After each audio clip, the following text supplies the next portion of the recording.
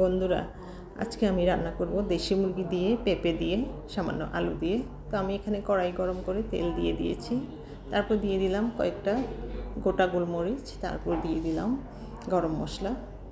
এখন আমি একটু নাড়াচাড়া করে গরম মশলাটাকে তারপর দিয়ে দিব পেঁয়াজ কুচি, সাথে 2টা কাঁচামরিচও ছিল আমি দিয়ে দিয়েছি। তো পেঁয়াজগুলোকে আমি হালকা ব্রাউন কালার করে নিব। তারপর আমি দিব এখানে লবণটা দিলে পেঁয়াজটা খুব দ্রুত সফট হয়ে যাবে। তারপর আমি একটু নাড়াচাড়া করে পেঁয়াজটাকে সফট করে দিয়ে দিলাম রসুন পেস্ট, দিয়ে দিলাম আদা পেস্ট। এখন আবার আমি মশলাটাকে কষিয়ে নিব।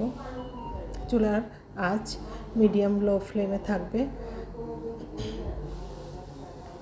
তারপর আমি মশলাটাকে আবার কষিয়ে নিব। এখন আমি দিয়ে দিচ্ছি হলুদের গুঁড়া, দিয়ে দিচ্ছি মরিচের গুঁড়া, তারপর দিলাম আমি ধনিয়া গুঁড়া, তারপর দিয়ে দিলাম আমি জিরা গুঁড়া।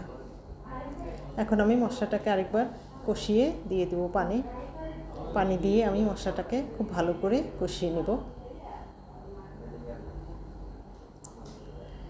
এই যে পানি দিয়ে আমি মশলাটাকে 2বার করে কষিয়ে নিয়েছি। তো আমার ফেসবুক পেজ, আমার ইউটিউব চ্যানেল, সকল বন্ধুরা আমার ভিডিওটা দেখুন আমি দেশি মুরগিটা দিয়ে দিয়েছি। আমি এখানে একটা দেশি মুরগি, বাচ্চা মুরগি আর ছিল, আমি গত কয়েকদিন আগে মুরগির রোস্ট রান্না করেছিলাম, সেখানে কিছু হাড়গোড় ছিল, ওগুলো আমি দিয়ে দিয়েছি। দিয়ে আমি খুব ভালো করে এখন কষিয়ে নিব মুরগিটাকে। তো হলো যে আমার ফেসবুক, আমার ইউটিউব, সকল বন্ধুরা আমার চ্যানেলটা সাবস্ক্রাইব করবেন, ভিডিওটা শেষ পর্যন্ত দেখবেন। দেখুন আমি মুরগিটাকে কষিয়ে এখন ঢাকনা দিয়ে দিব। তারপরে ঢাকনা তুলে আবার আমি একটু নাড়াচাড়া করে নিব। চুলার আঁচ মিডিয়াম লো ফ্লেমে থাকবে। তারপর আমি দিয়ে দিচ্ছি এই যে আমি সবজিগুলো যে কেটে নিয়েছিলাম, এখানে একটা পেঁপে আর সাথে দিয়েছি আমি 2টা আলু। এই যে আমি এখন সবজিগুলো দিয়ে দিলাম। এখন আবার আমি কষিয়ে নিব, কষিয়ে ঢাকনা দিয়ে দিব।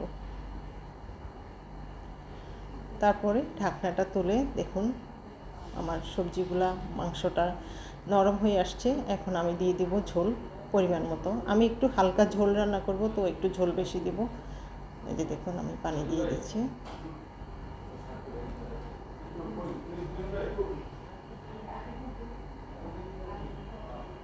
এই যে আমি এখন ঝোল দিয়ে একটু হালকা সুন্দর করে নেড়ে তারপর আবার ঢাকনা দিয়ে বসিয়ে রাখবো। 15-20 মিনিট পর্যন্ত চুলায় থাকবে।